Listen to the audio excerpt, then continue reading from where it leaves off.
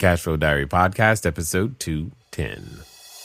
Welcome to yet another exciting episode of the Cashflow Diary Podcast, the podcast that teaches you insider tips, tactics, and strategies for creating leverage streams of cash flow into your life. Learn from top-performing entrepreneurs, business owners, investors, and thought leaders from across the globe as they share their secrets to success. Like what you learn on this and other Cashflow Diary podcast episodes?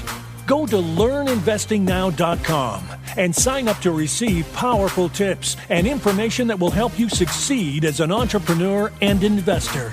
Now, here's your host, investor, entrepreneur, business owner, educator, speaker, author, and master facilitator of Robert Kiyosaki's cash flow game, Jay Massey. All right, and welcome to another episode of the Cashflow Diary Podcast. I'm your host, Jay Massey, and I'm glad that you're here today because we're going to talk about one of my favorite subjects and one that you've been trying to avoid. Sales. Many of you come to me and I've heard you say, Jay, I don't want to do sales. I just want to do real estate. And I heard it once, nothing happens until there's a sale. And you've got to become so many things when you want to wear that real estate investor hat. You want to wear that business owner hat. There are so many roles that you must play. And I'm willing to submit for your acceptance. And I think today's guest is going to agree that one of the most important roles that you must have down pat is sales. And I think you're going to hear why, you're going to understand why, and most importantly, you're probably going to develop get some insight on some of the habits that you need to develop in order to become bigger, better, better as an investor, as a business owner. And I'm willing to bet that some of these habits are going to help you personally too. Today's guest is none other than Butch Bellah. He's the owner of a Dallas-based company, B2 Training and Development, where he works with salespeople and organizations to gain more appointments, win more business, and retain more customers. I like all of those things because that's exactly what your business thrives on. You don't have a business until you have a customer. But interesting thing I like is that at age 35, he and a business partner acquired controlling interest in the company he helped build from a $35 million local business to one of the largest wholesale food distributors in the nation with annual sales at almost you ready? $250 million.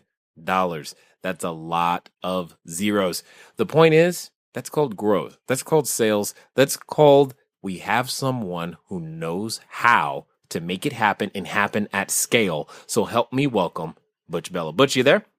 I am here, Jay. Thank you so much for that nice introduction. I am glad that you are taking the time to pour into us, and we hope that we take good enough notes to capture everything you've got to share. Thanks for being here, sir. Well, thank you so much for having me. So, many people know the first question I'm going to ask you, and you may not, but that's okay. I promise you know the answer. I tend to look at today's entrepreneurs a lot like yesterday's superheroes. Superman, Batman, Wonder Woman, etc. Right. And I think entrepreneurs and superheroes have a ton in common. Occasionally, we get dressed up. Sometimes we wear tights and masks, and we do crazy things using our special skill sets to improve the quality of life of our customer. And we also have something else in common with superheroes. Superheroes at one time were just usually normal people. Something happened to them, though. Maybe they got bit by a spider. Who knows? And then suddenly they decided to use that gift and go out into the world in some way, shape, or form. So that means every superhero has an origin story. Every entrepreneur has an origin story. So what we want to know is before you helped the company grow so much more in revenue, before you were out there developing salespeople and organizations, before you were doing all of those things, before the books, before everything, who is Butch Bellah? Wow, great question. I was blessed. I grew up in a very, very small town. I'm the middle child, and my parents, Jay, I was blessed to have a couple of parents who are no longer with us, but they never let me doubt anything. I was I was brought up in a culture where I could have been the president of the United States if I would have wanted to. And they instilled in me a passion to learn, a passion to take on and do anything that I wanted to do. I had my first job at 12 years old. I sold grit newspapers. Nice. I sold Mason shoes door to door. And as other kids got that comic book and saw those superheroes and looked in the back and wanted to order the X-ray goggles or, whatever the case may be, I wanted to order the sales tactics and the grit newspaper. And I wanted to sign up because I love the fact that I can buy it for 50 cents and sell it for $1 and keep the balance. And so at a very early age, I was exposed to the fact that I could do anything that I set my mind to. I was around a family unit and parents that really instilled that in me. But I'll tell you, I think that the real moment where, I kind of put on that cape and things, if you will, was in 1991. It was during my business career. At 17 years old, I graduated high school, and I was named the wittiest in my class. Now, I graduated third in my class, but that was because we went in alphabetical order. And so it was a small class, too. Okay. But I was named the wittiest, and I could have cared less about being named most handsome, most athletic, most likely to succeed. I went to school because that's where the audience was. I loved entertaining, making people laugh, being on stage, being the center of attention. And in 1991, I was sitting in Little Rock, Arkansas at the Comedy House on a Sunday night with my wife and another couple, and they had amateur night. And they had, I say amateur night, they had open mic night before the show started. And these guys go up, and everybody, the other couple, my wife, all look at me and go, "You're as funny as those people." And so I went and talked to the guy, found out, hey, you can go up and do 5 minutes if you want to. And at the time, 5 minutes seemed like, oh, man, you can die and go to heck up there in 5 minutes. And so I wrote 5 minutes worth of material. The next Sunday night, I hit the stage. And I've never done hard drugs, but I know what a heroin addict feels like with that first laugh. I was hooked. Yeah. And within literally months, I was headlining clubs. The owner of the company at the time knew I was doing it because he actually encouraged it because he saw it as great public speaking training, which I do use today in speaking. But the thing about it was I became that superhero you're talking about then because I learned so much about sales and comedy. And it's a strange mix, but I learned to read an audience very, very quickly because you think most people go to a comedy club wanting to have a good time. No, they're sitting there with their arms crossed. Half of them are going, "Okay, big boy, make me laugh." And it's a challenge. And so you have to win them over, and you've got such a short period of time to do it. And so I learned that. I learned voice inflection and how to really make people think that I'm thinking. Now, I knew just what I was fixed to say just then, but to stumble over a word or to search for a word, I learned to use my voice as a tool. Nice. Now, this is back before computers, Jay. I was handwriting jokes. And I learned that every word was so important. And so I learned so much about scripting that I would use later in sales training and building salespeople. So that was really I was blessed to grow up in a household that told me I could do anything. And then when I had the opportunity to go do something that a lot of people would have shied away from, I jumped up and went on stage. And within, like I said, a few months, I was headlining clubs every weekend. So then what you're saying is we all need to go practice our stand-up comedy and we'll get better. It would not hurt you a bit, I promise. Because here's the thing. If you can go up and survive in front of some of because I had great clubs, but I also had those places where it was me and three drunks and I had to bring my own chicken wire too, yeah. And they had a Mr. Microphone for me to talk into. Nice. So it was the full gamut. Nice. Yeah, well, I've heard it said if you could make them laugh or make them cry, you can make them buy. So there's probably something to that. I will say you are definitely the first one I've ever heard that says, go be a stand-up, go do stand-up comedy. It'll help you. But I can see how that would definitely come into play. Now, you mentioned that this was before computers. There's something else that you said that some listening might not know what it is. I mean, you got to remember, we're still dealing with iPhones and iPads and iOS and computers. Share for those who don't know what a grit newspaper is. Oh, gosh. Grit newspaper came out, I guess it started in the 30s or 40s, and this was in the 70s. When I was 10 or 12 years old, I guess I started selling them. Grit newspaper was published nationwide, and it was kind of a rural type newspaper, and it had rural type stories in it, and it had cartoons in it, and it was just something that generally the older people bought. But I would stand outside the local grocery store, rain, sunshine, hot, cold, didn't matter, and sell grit newspapers. And if I'm remembering correctly, that was 1977. I would buy them for 50 cents, sold them for $1. And I just thought it was the greatest thing in the world that I could make money out there, that I didn't have to have somebody telling me, okay, we're only going to pay you X number of dollars an hour. Now, you have to remember, that was a time where I'm going to guess the minimum wage was probably a couple of bucks an hour. Well, I sell 4 newspapers in an hour. I'm making more than a guy making minimum wage. And so I saw that as my opportunity. And I never wanted to, quote unquote, have somebody set my value for me.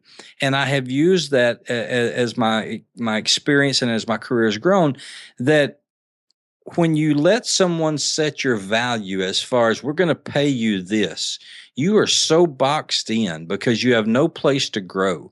And I never wanted a job where they would tell me this is all you're going to be able to make. If that's the case, I would have quit in a heartbeat because I would have gotten bored. Indeed. And for reference, minimum wage in 1977 was $2.30 US. Well, there you go. So, yeah, you were definitely well ahead of adults as well as kids at that particular moment in time. And this is where phrases like profits are better than wages tend to come into play. And Jim Rohn said that, and that's very, very true. So, I find it interesting that, this experience, this door-to-door experience, I've done door-to-door, you've done door-to-door, I've not done newspapers, but I like it, buying at wholesale, selling at retail, all of those things, and then comedy. That comes out of nowhere, to be for sure. But yet, all of these things come together to create you as you are. So I'm curious to know, how those first sales positions went as well. Did this prepare you for your entry into sales, like in the corporate environment in some way? It's funny. My grandmother said when I was a child that I was either going to be a preacher or a politician, and I think I kind of split the difference being a professional salesperson. And I just always had that. I always had that bone in me. That I was very blessed to know from an early age exactly what I wanted to do. I have 3 weeks of college under my belt. I literally went to college for 3 weeks. Consecutive weeks, right? My sophomore week darn near killed me. Yeah. And, but college didn't do anything for me. I wanted to get out and get to work. Now, I'm not saying that everybody shouldn't do it. It's great. All 3 of my children have done it. My youngest is starting her freshman year now. But it wasn't for me. I wanted to get out and get to work. My senior year of high school, where they had what they called COE, Cooperative Office Education.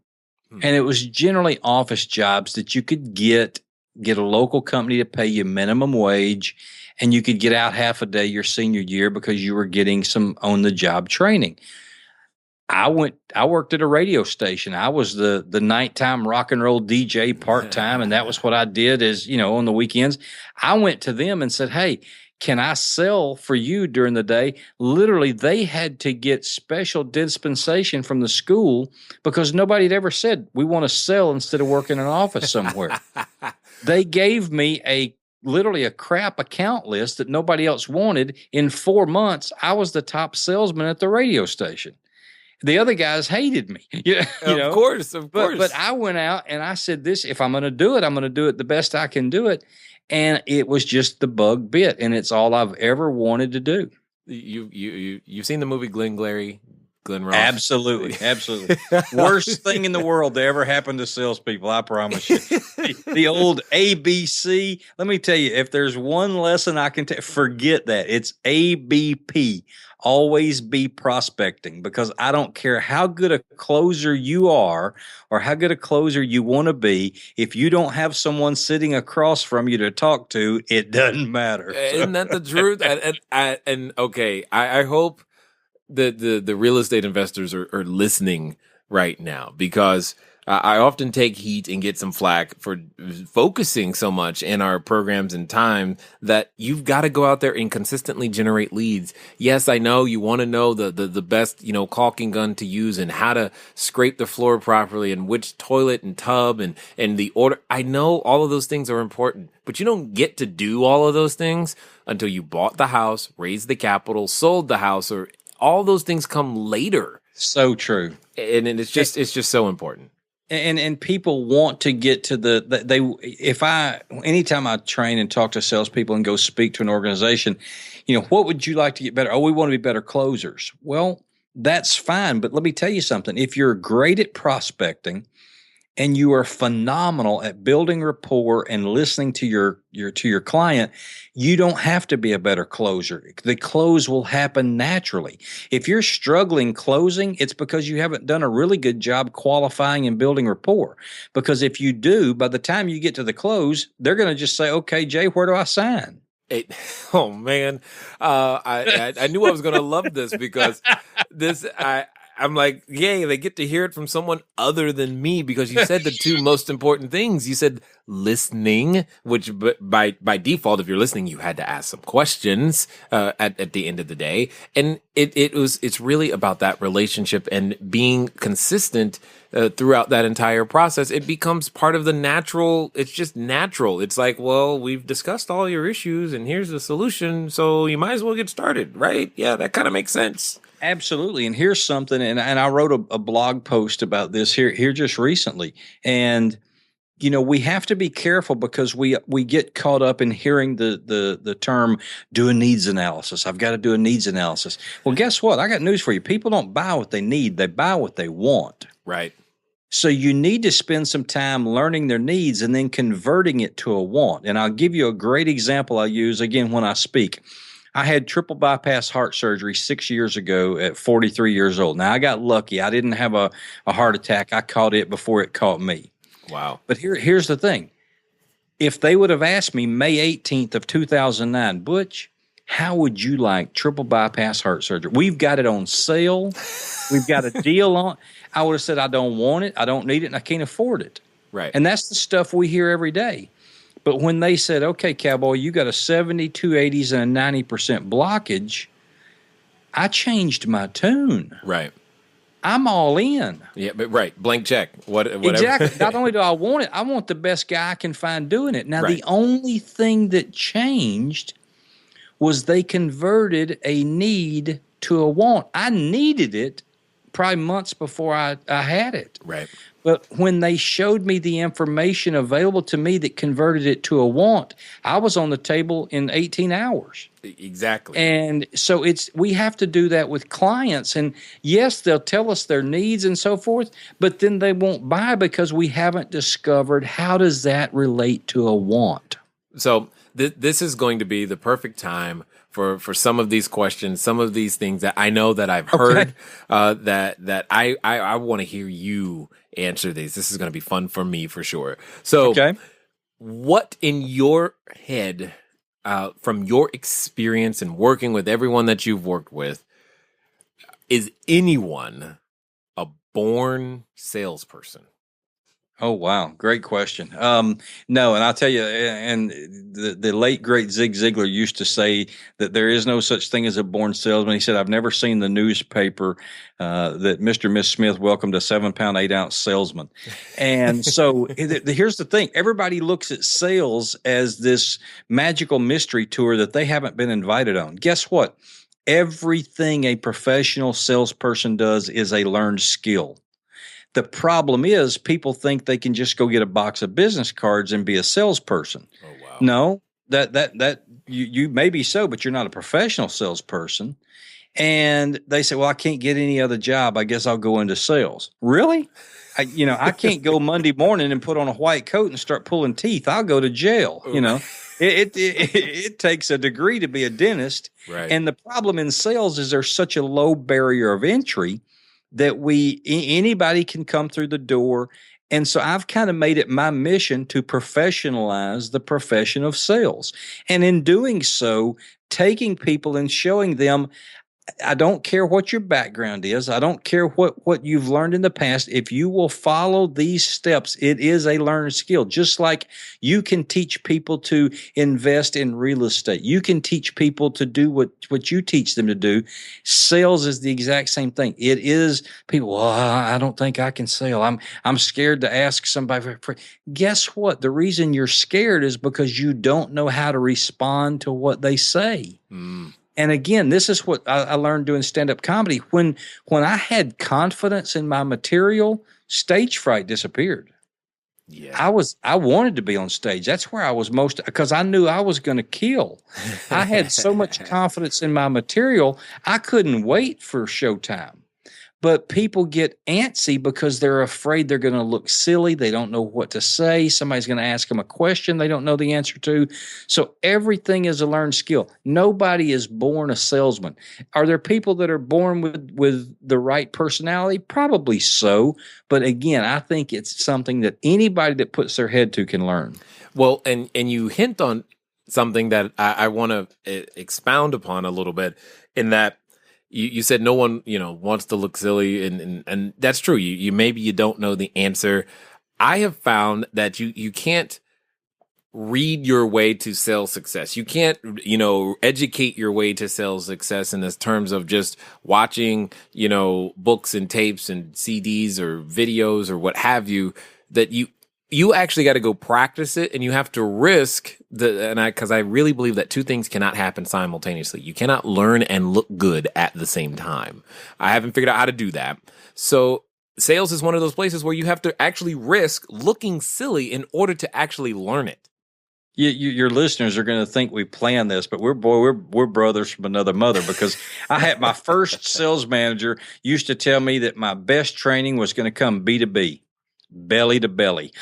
Nice. and that's where you learn, is you go out. But here's the thing that makes a professional, Jay, is an amateur will go out and they'll blame the prospect, they'll blame the weather, they'll blame the government, they'll blame their employer, they'll blame everybody else but themselves, where a pro will come back and sit back in their car, their office, their home, look in the mirror and say, okay, what did I do wrong? Right. How can I get better? How should I have answered that question? Right. What can I do next time to make that process better, smoother, or so forth? That's the thing that a pro does. And oh man, you're bringing back. I remember there was one time I was selling yellow page ads. That's right, I did yellow page ads. This is door to door. This is not fun. This is not glamorous under any circumstances. I can remember two very distinct instances. It was really, really funny because you don't want to be seen as a salesperson sometimes, because salespeople are often treated horribly, but especially door to door. But I was walking a strip mall, and for those of you who have seen me, I have dark complexion, African American, and then I wasn't paying attention. I was just walking the doors, and then I walked straight into a tanning salon, and I'm like, there's no reason for me to be here other than to sell you something. It's just really no reason. And I can also remember a completely separate time where I'm just in the parking lot crying because I'm just like, oh God, this is challenging to get it wrong so many times before you go and get it right. Yep, you've heard me say it before, and I'm going to say it again. Fail fast, fail forward, fail frequently. It is absolutely something you must do. And it's not fun, but that's okay. That's okay. And we'll get to more of that in just a second. I just want to make sure and remind everybody, if you want to get a copy of my book, Cashflow Diary, 10 Steps to Creating Wealth in Any Economy, send a text message to 72,000, 72000. Keyword is book. Again, 7200. Keyword is book. Just send that on over there. I'll make sure that it comes to you via email. For those of you outside of the US and you can't text a US number, go to cashflowdiary.com/free book and you will get a free copy as well. Oh, by the way, if we've said anything that you've liked and listened to on any of these episodes, do us a favor. Head on over to iTunes and give us a star, a rating, and a review, because we would appreciate that too. Let's get you back over to Butch, and I'm sure you're going to hear some more information that's going to help you face the challenge of making sales happen. But here's the thing, Jay, if I can interject here.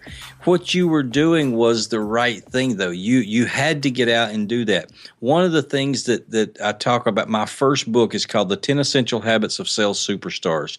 And I talk about in that book, I want you to write your goals down. And I know people talk all about written goals, and I have people all the time, are you one of them guys that believes in sticking it on your bathroom mirror? Yeah, I am. And I think that most of the people that stick it on their bathroom mirror, their bathroom's probably bigger than our houses. Right. So I really believe in looking at your goals. But here's what I tell salespeople to do. Put your goals on the visor, on the underside of the visor in your driver's seat of your car. So that when you come out of someplace like that and you have been beaten to a pulp, and it happens to all of us, and you feel like crying and you feel like going, what the heck am I doing this for? Flip it down and read your goals. Yep. Look at them right then. That's when you need it. There's only one other time where it will do you more good. And that's when you come out of a biggest sale of your career. Your feet aren't even touching the ground. You didn't even touch the car door. It opened by itself. You were gliding on air. When you look at those goals then, let me tell you something. The next prospect you call on doesn't have a prayer. Not at all. Because you are on fire. Suddenly, you've never heard no. No means nothing, and yes is the only answer, and they're going to do it today. There is so many things that are so very true. It's just there's no avoiding some of those emotions and heartache. So let me ask you this: why do salespeople get such a bad rap? I think it was, the image of the huckster, the fact that there is a low barrier of entry into sales. People have this aversion to calling themselves a salesman. They come up with every title in the book other than salesman. And I'm proud to tell people I'm a salesman. If it weren't for salesmen, we'd all be hungry and naked. And I think that it got a bad rap because of the low barrier of entry. And, you made a great point earlier that I don't want to gloss over, and I don't want to skip around, but you said you were trying not to look like a salesman. I teach people, don't look like a salesman. Don't look like a salesman. Don't go into an appointment loaded down with 8 pounds of, sample cases and everything like that, because that wall is going to go up. Right. When you walk in, if you're calling on a business establishment or you're calling on an individual, just walk up there. I carry a little small spiral-bound notebook in my back pocket and a business card. If they want that other information, Jay, go get it out of the car. Right. But there's no sense in creating that hurdle for yourself before you ever have to, because you could be a customer, you could be a friend, you could be somebody that's been referred to them for some other reason. Don't go looking like a salesman. And we know what that looks like. It's the guy carrying the case and he's struggling and sweating and his clothes are disheveled, and just go looking like a normal person, because you're just going to have a conversation with these people. You're going to ask a few questions, find out if you can help them do what they want to do. If so, hey, there's some next steps you can take. If not, let's shake hands and part friends. Indeed. And while we're on the subject of some tips, I will tell all of you, if you ever do anything door to door, one of the best times to do it is when it's raining, because they will never, ever think you're a salesman, and they feel sorry for you because you're wet. They'll listen. It's awesome. And you know what else? There are no customers in that store either. Exactly. You've got their undivided attention. Nothing else is going on. I'm just telling you guys, there's just I have a feeling you and I can have this conversation a lot. You're right. What are some of those, you said you mentioned the book, but what are some of the habits that, I'm going to need to develop, that we all need to develop in order to become those, super sales stars? Well, I tell you what, I'll give you just the Reader's Digest condensed version. The book was about 5 or 6 years in the making. I started it. It's something that has been 30 years of my stuff I put together. My mentor asked me, he said, you need to write a book. And when I got hard, I put it on the shelf. And after my heart surgery, I started it again. And then I finally finished it last year. Habit number 1 in the book, I think, is one of the most important.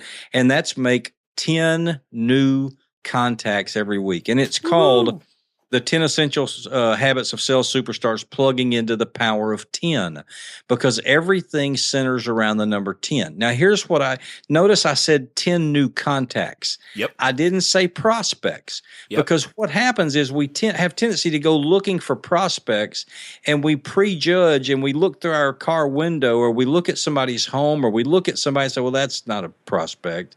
Well, look, hey, if you can tell that by looking at them, you need to be on stage in Vegas, making a whole lot more than you're going to make doing whatever you're doing.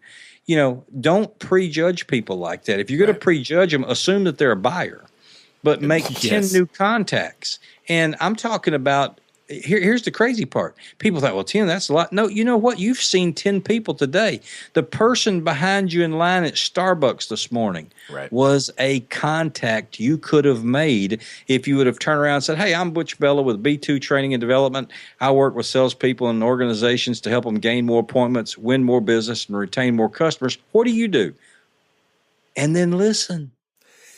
We're walking around with our heads stuck in our cell phone, and we've let social media make us antisocial to where we're afraid to have that initial contact. Now, have I had people that have just looked down their nose at me and just ignored me?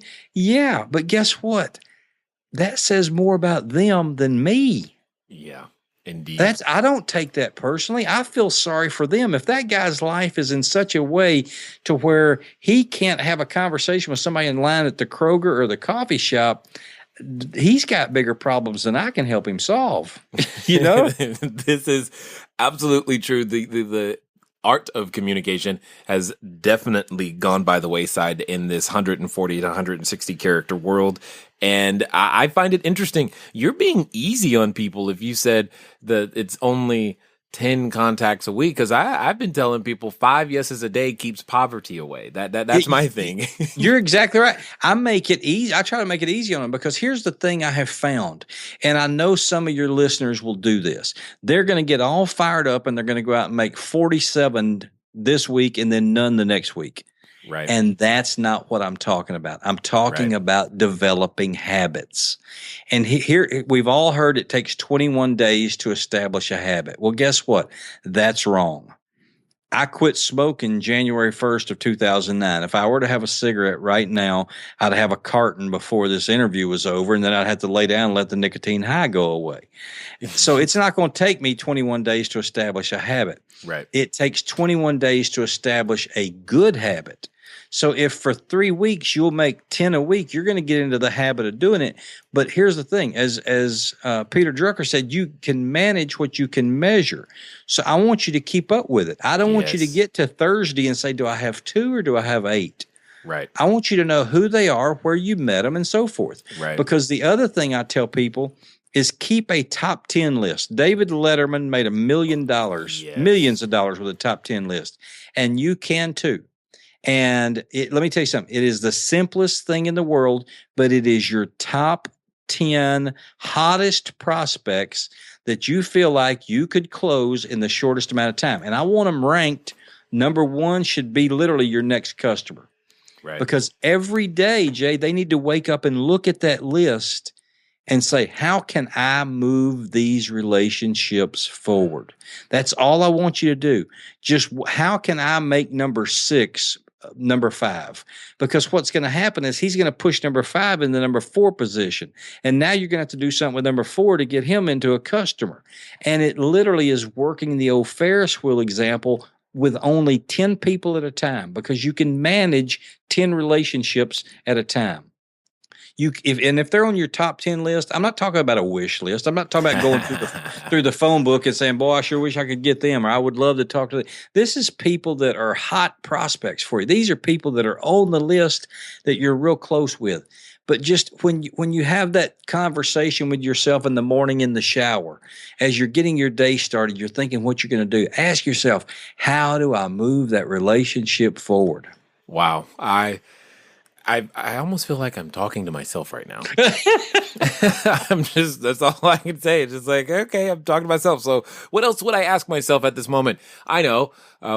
What is some of because I know there's a certain number of people right now who, no matter how great and how much energy you and I bring to this subject, because clearly we both enjoy this subject. We've learned to enjoy this subject.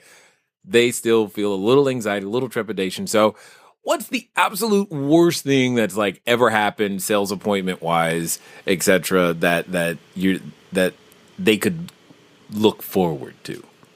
I'll tell you, I know exactly, and I've never been asked this question, but I can tell you, I was in Arkansas, and I was calling on a group of convenience stores. We were in the wholesale food distribution business, and so we had an appointment with this gentleman. I was working with a division sales manager. I was VP of sales at the time. And it was one of those people like the guy in the coffee shop I was talking about. We sit down. He's very standoffish. We try to warm him up and so forth.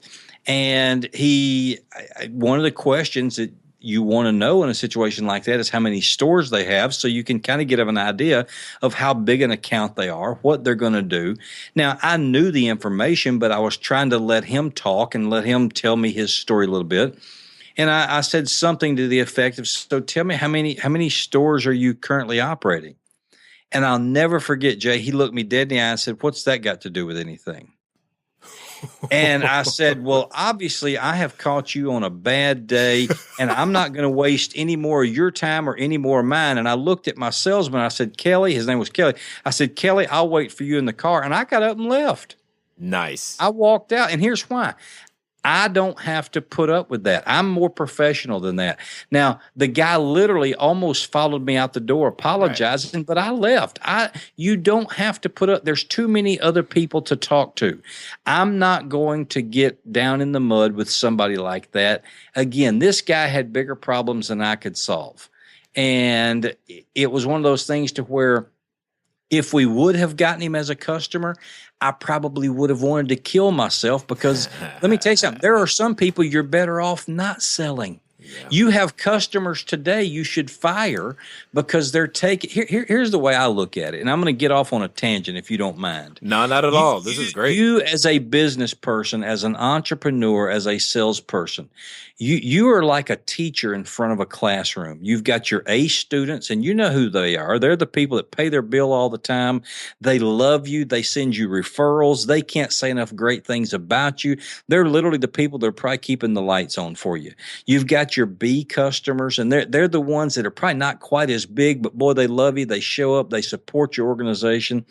C's are probably new. They're testing you out. They may give you part of their business. They may just be sticking their toe in the water. And then you've got the D and the F students that sit in the back of the room. They're throwing spitballs. These are the people that you chase for money. These are the people that are always claiming that everything that happens is your fault. They're claiming credits that they don't deserve. You can't do anything to make them happy.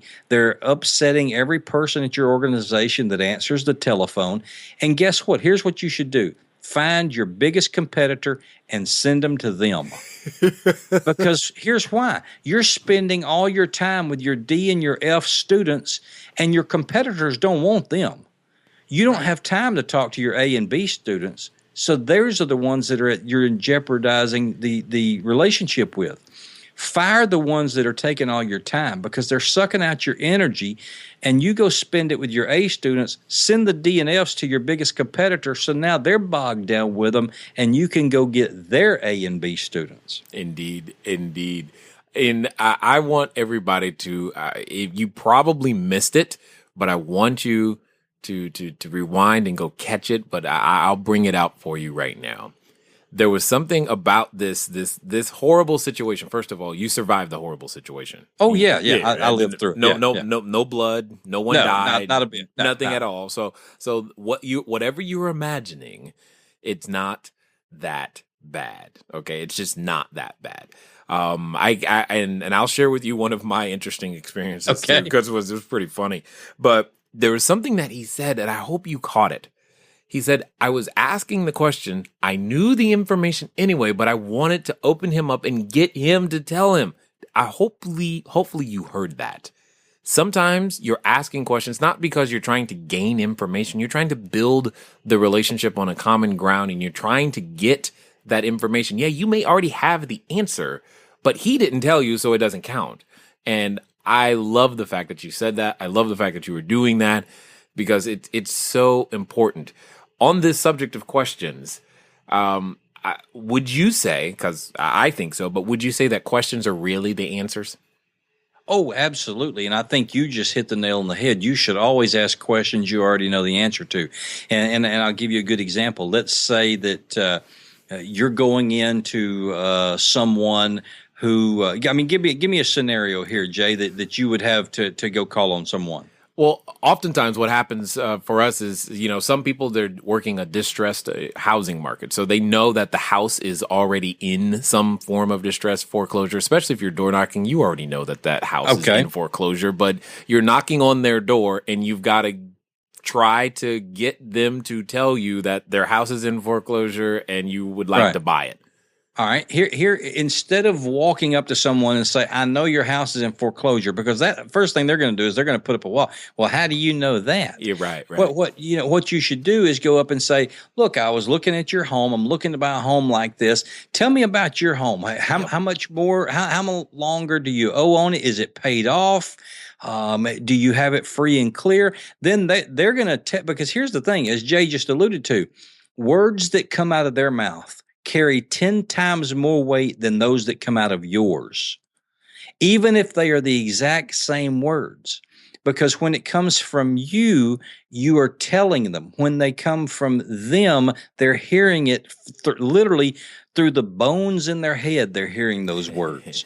They're hearing it because they're having to tell you the story. Now you're not selling them. You're a trusted advisor. You're asking questions. You're pulling out information, but I envision a hallway, and all these doors are open on the side of the hallway. As you ask questions, all you're doing is easing those doors closed, and you're leading them down this long hallway, and the ultimate end of that hallway is the two of you working together. And all you're doing by asking good questions is you're just shutting those doors very easily where they can't sneak out and take off on you or anything like that. But it's an art. But here's the great part. That's where scripting comes in. Write down the questions you want to ask. Yep. Write them down and make them planned, not canned. And I teach people this all the time. If you sit there and you read it like this, they are going to tune you out. And the greatest example, Jay, you laugh. I literally, when I work with salespeople, I make them go watch the scene from A Few Good Men where Jack Nicholson says, "You can't handle the truth." Nice. And we've all seen that scene, and we can feel those words in our bones. I mean, we're like right there on the stand with him. Now, here's the crazy part, friends. When he got that script, it said, "You can't handle the truth." Right. But what he did was he put passion into it. Yep. He put feeling and emotion into those words. And if you're going to really serve someone and solve a problem, you've got to bring that passion, that emotion, and that feeling to your voice and your questions. Indeed. Oh man, this is one of those times where I dislike that these episodes go so quickly, because this we could talk about this for a very, very long time. Now, for those that have been listening and have got that you get what they're going through, and more importantly, would like to engage with you further, what's going to be the best way for them to track you down? You can find me at butchbellah.com, BUTCHBELLAH.com. There's a place you can click there for a free 50-minute, almost an hour consultation. We'll talk over the phone, find out if I can help you. But for your listeners, if they will go to butchbellah.com/cashflow diary, singular, they can download a free copy of the 10 Essential Habits of Sales Superstars. And it's a PDF copy they can download there. And I've got my next book, which is Sales Management for Dummies. I got signed by Wiley and Sons. It will be out in October, and they can find out about all that good stuff at my website. I'm also on Twitter at Sales Power Tips. And if you're on Facebook, you can find my page B2 Training and Development. Just spell out Training and Development, the B and then the number 2. Excellent. So as we wind down here, I'm gonna do two things. One, I'm gonna share with you what I would consider one of those weird sales moments for myself, and then I'm gonna ask you one question. I was actually doing a presentation, so it was, the location was a little bit different. It was actually a mosque, right? And it was in the afternoon. And I'm in the middle of the presentation. And again, I don't practice, that particular religion, and I didn't know what was really happening. But in the middle so two things happen. The guy who introduces me, it was awesome. He introduces me and he says, "Hi, this guy, he does real estate, and real estate involves debt. We don't believe in debt, but here he is." That's how it started. And I'm just like, wow, here we go. And then in the middle of the presentation, chanting and music starts going, and everybody, the entire audience, gets up and leaves because they went to go pray. Wow. And then they all come back. Now, mind you, in the moment when they get up, I don't know what's going on. And I'm just like, this is just the highest, weirdest. If that, you say, guys, that's not going to happen to you. You're not. That's not going to happen to you. All the things that we fear is those things are not going to come true. If you will go out and here's the thing, your story, my story, we're laughing about them. Yes, it's not war wounds that we're showing everybody. Oh yeah, here's where they got me at. We're laughing about them. Right. And let me tell you something: as you build your career and you sit around with your buddies, when you've reached this level of success you're looking for, you're gonna want a war story to tell. So get out there and make one. Totally. So. Now, for those individuals, those younger entrepreneurs, those ones looking to grow, maybe looking to double, but let's pretend for a second that they're standing in front of the superhero outfit store. They're about to pick out their capes and tights, and they think they want to have a mask, but they're not quite sure because they still have that voice, and the voice I'm talking about, in the back of their head. They got that voice going, telling them all kinds of things right now. What would you say to them if they were in front of you? Never stop learning. And here's what I will tell you is, Jay said before, you cannot get everything you need to get out of books. Never stop learning and growing. Never stop experiencing new experiences. And I'll hark back to my heart surgery. When I had my heart surgery, my surgeon was 62 years old the day he operated on me. Wow. Now, do you think that I hoped he had stopped learning when he got out of college? Yeah, I mean, if there was something new in the world of heart surgery that afternoon, I wanted him Googling it on the way home. Hey, I'm in the next morning. Right. So never let yourself get complacent. If you're going to be a superhero, make it learning man. Make it learning woman. Nice. Make it someone who is always soaking up great podcasts like this. Zig Ziglar, who is a hero of mine, used to call it Automobile University. You can get the equivalent of a college education just on your commute by listening to good information with Audible these days, listening to books. But don't ever shy away from an opportunity to get out and just go buy coffee for someone that you want to talk to, that you want to meet, that you'd love to just visit with.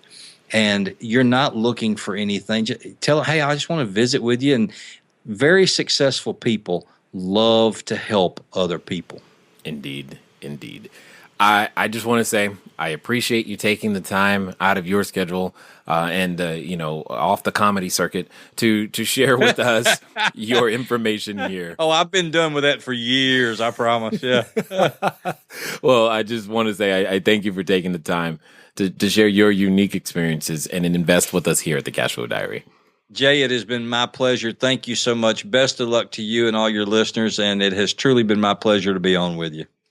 All right, ladies and gentlemen, you know what time it is. It's time for you to move at the speed of instruction. What does that mean today? That probably means you should get over to his site, grab a copy of the 10 Habits book, because you know what? You know you got some bad habits, and some of you got no habits. Best time to ever start some good habits is with your blank slate. You're a blank slate right now. Go get all the good ones. Make those things happen. I'm telling you, the top 10 list, these are things that I've done for years. And it was just awesome to have a kindred spirit today. Hopefully you heard that. You got that. Let's go get some more stories. Guys, gals, it's been fun talking to you today. I look forward to talking to you soon. Until next time.